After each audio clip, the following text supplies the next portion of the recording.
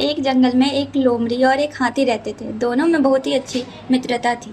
दोनों ने एक दिन मिलकर आपस में बातें की और लोमड़ी ने हाथी से कहा, चलो हम नदी पार करके तरबूज खाने चलते हैं।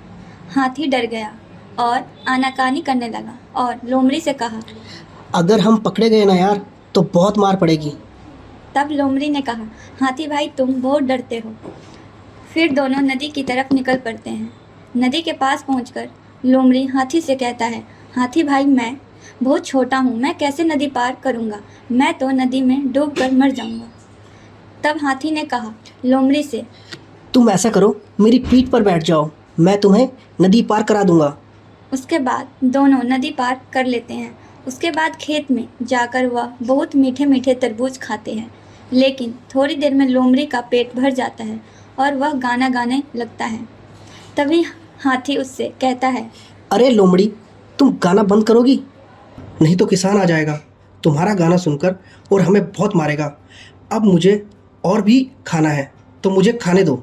लेकिन लोमड़ी उसकी बात नहीं मानता और गाना गाते ही रहता है। तभी किसान आवाज़ सुनकर उसकी तरफ आने लगता है, जिसके कारण हाथी और लोमड़ी भाग जाते हैं। लेकिन हाथी का पेट अभी तक भरा नहीं था, जिसके कारण वह लोमड़ी पर बहुत गुस्सा था और उससे बदला लेना चाहता था। भागकर दोनों नदी के पास पहुंच गए, लेकिन हाथी को लोमड़ी से बदला लेना था, इसलिए उसने सोचा कि जब लोमड़ी नदी पार कर रही होगी तब मैं उसे नदी में गिरा दूंगा।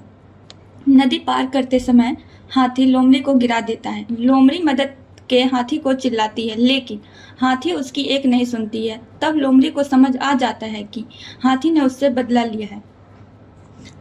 इस कहानी से हमें यह सीख मिलती है, बुरे लोगों के साथ हमेशा ही बुरा होता है।